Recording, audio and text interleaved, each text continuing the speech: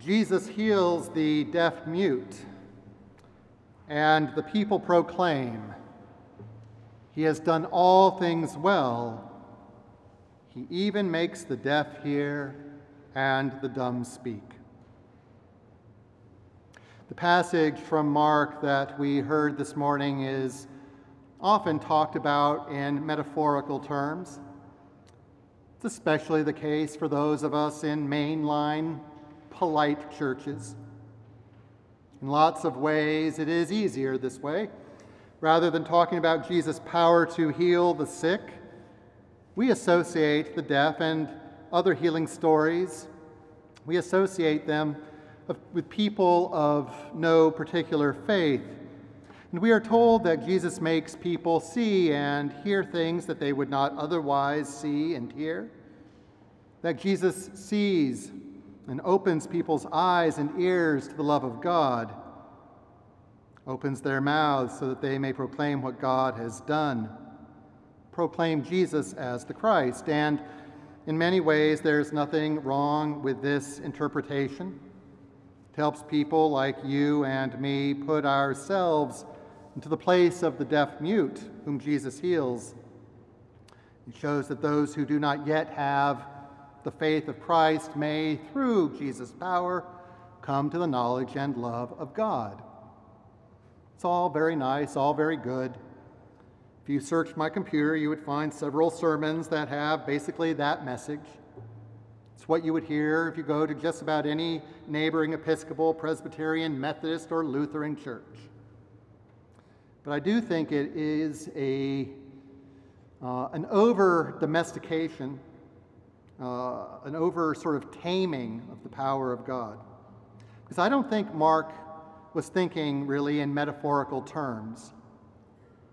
Mark had no doubt whatsoever that Jesus went around the country of Tyre and Sidon healing the sick, actually cleansing lepers, really opening the eyes of the blind and unstopping the ears of the deaf, so that even those deaf from birth might speak and hear. He had no doubt in the actual physical nature of Jesus' work as a healer. Now, Mark and those who lived with him, his contemporaries, believed that such infirmity was something caused by the powers of the cosmos, that illness was something that separated people from God. Jesus, therefore, is the one, the Christ, the anointed one, who has powers over the most profound forces of the cosmos. And although people may not have recognized this power in Jesus, those cosmic forces did recognize it. Those cosmic forces responded to Jesus' power, and the people were healed of their infirmities. Jesus' power to heal, really heal, was a sign given, put into creation of Jesus' identity as the Son of God. A reality only recognized by humans at the end of Mark's story, only recognized by the Roman centurion when Jesus was hanging from the cross. Only then, after Jesus' death and resurrection, did humans really see him in the way that the cosmic forces saw him from the beginning. Mark, the evangelist, was keen on showing how Jesus' power was evident in his works of healing. The healings themselves were not the point. They were not the end. They were signs pointing to Jesus' identity. Now, we humans that time were very slow to recognize this, but eventually, in Mark's day, the gospel started spreading. The good news of the Son of God, and the power of that news, the power of that Son of God to reconcile and heal. And down through the centuries, it has continued to be at work and visible in the world. Now, every time I hear this passage of Scripture, I am reminded of a couple of people who are in our church calendar, people who led particularly holy lives that we remember on their feast days. And On the 27th of August, we celebrated two really amazing people.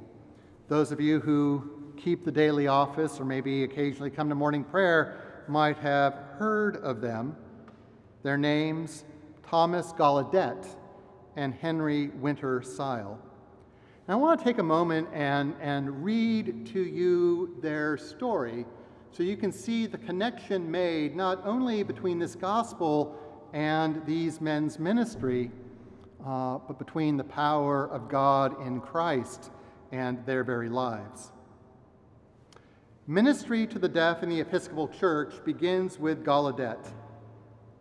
Without his genius and zeal for the spiritual well-being of deaf persons, it is improbable that a history of ministry to the deaf in the Episcopal Church could be written.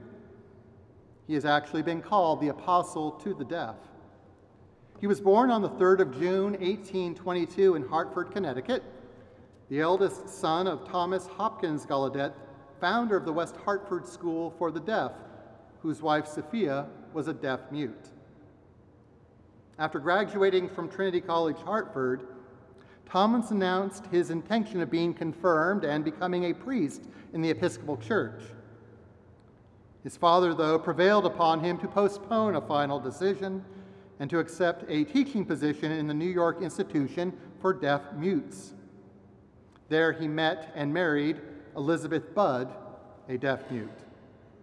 Gallaudet was ordained deacon in 1850 and served his diaconate at St. Stephen's Church, where he established a Bible class for deaf persons. I can almost hear the vestry meeting when he proposed that they start that Bible study. Why would we want to do that? Why would we want that Bible study? Why should we care about something like that and do something for just that narrow a population? But he persevered, and they started it. Ordained a priest in 1851, Gallaudet became assistant at St. Anne's Church, where he conceived a plan for establishing a church that would be a spiritual home for deaf people. This became a reality the following year with the founding of St. Anne's Church for Deaf Mutes. The congregation was able to purchase a church building in 1859, and it became a center for missionary work to the deaf. As a result of this ministry, mission congregations were established in many cities. Gallaudet died on August 27th, his feast day, in the year 1902. That church, St. Anne's, 150 years later, is still going, still carrying on that ministry with strength and vibrancy. One fruit of Gallaudet's ministry was Henry Winter Sile, who had lost his hearing as the result of scarlet fever. Educated at Trinity, St. John's, Cambridge, and Yale, apparently he was a real slacker, Sile was a brilliant student who persisted in his determination to obtain an education despite his handicap and fragile health. He was encouraged by Gallaudet to seek holy orders, and having moved to Philadelphia, was supported by Bishop Stevens against the opposition of many who believed that the impairment of one of the senses was an impediment to ordination. Sile was ordained in 1876, the first deaf person to receive holy orders in this church. In 1888, he built the first Episcopal church constructed especially for deaf persons. He died on Epiphany in 1890. Speaks to the power of God to work through us human beings and to continue to heal, to restore us to wholeness. So yes, a metaphorical understanding of this gospel is important, and it's true. There are many ways in which we need that spiritual wax removed from our ears. Many ways.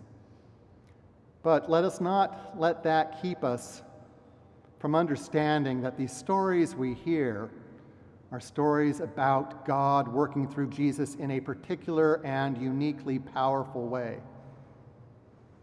Jesus, the Son of God, came that we might be healed, we might have life, that we might be reconciled to God, ourselves, and one another, and live lives bearing that reconciliation farther and farther and farther into the world.